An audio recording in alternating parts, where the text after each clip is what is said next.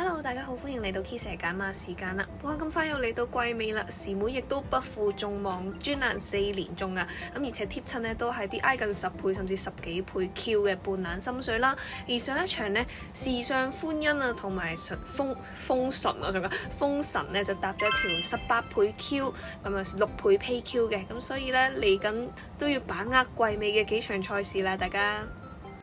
咁今期嘅谷草就會喺思蘭進行啦，分享下第6場嘅單季連贏位置 Q 心水俾大家啊！預計今場應該有翻啲步速㗎，所以揀選2匹候上馬，首選一定係10號嘅星之願啦。咁希威森同廖康明呢對騎練組合今季都交出唔少成績㗎。咁淨係單計5月呢已經交出咗3場頭馬啦，而當中嘅連冠王呢，直頭係跑第2鋪已經可以爆冷29倍勝出啦。咁講翻星之願啦，上仗就出自688強組㗎，咁當中跑第2嘅寶駿同埋跑第4嘅喜勝進區咧，再出亦都保中，所以呢個賽績都相當之強嘅。另一匹就係2號嘅快博啦，咁上仗呢就抽到外檔關係，沿途都留得好厚啊，去到直路嘅時候又左塞右塞，但係呢望空嘅時候呢衝勢非常之強嘅，咁所以今次抽到嘅一檔呢形勢上應該好跑好多噶啦，首先唔使留得咁厚啦，而且又唔使塞車嘅，咁今季仲未贏到馬，相信都好肯交代噶啦，所以今次呢總結一下啦，一對嘅單季連贏位置 Q 就係10號嘅星之願同埋2號嘅快博，